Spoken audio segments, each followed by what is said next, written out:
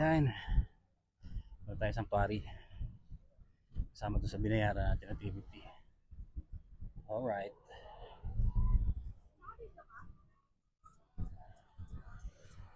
Yes.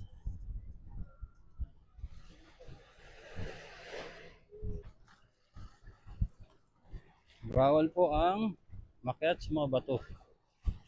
Para po maiwasan ng sakuna. Okay. Stig din eh.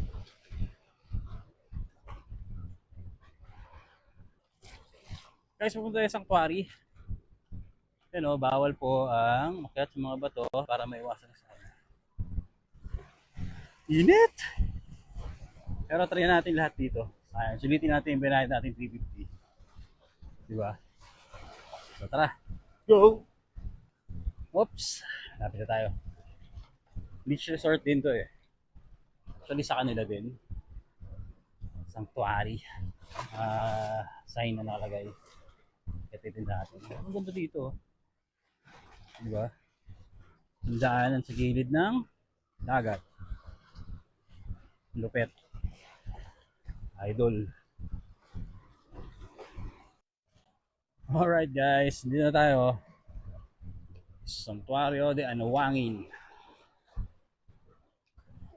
Dito na tayo. Okay. Santuario de Anawangin. Go.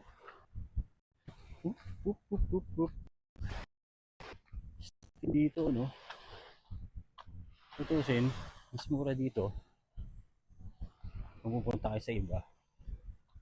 Mas budget friendly. Pero, yung cottage nga naman nila, mahal. Pero minsan mo lang naman gagawin, bakit hindi? Sabi nga nila,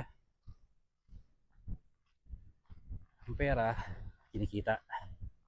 Pero ang memories, hindi mo na mababalik.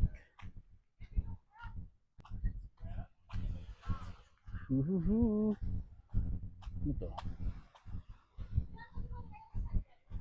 Laagos. Local at its finest. Check that. Diba? Sige, ito yung mga anong gagawin? Akala ko kayo mas tahimik dito. Oo nga, no? Tayo kanina. Di siya crowded. Oh. I love Sanctuario de Anawangin. Hanep. So yun, dito tayo sa Sanctuario de Anawangin. Siguro lublub lang kami na konti. Sobrang init. Oh, sunog agad yung balat ko. Grabe. Yan. Sanctuario de Anawangin. Hello, Zambales. Sulit para sa first timer na katulad ko. Whew! Init. Ano sila dito event please, pero wala masyadong tao. You see? Pero anyway, meron pa nga sila dito mga massage. Siguro pag weekends. Pag weekends lang ginagamit. So ngayon, Friday, bukas siguro maraming tao rito. Paglublub muna.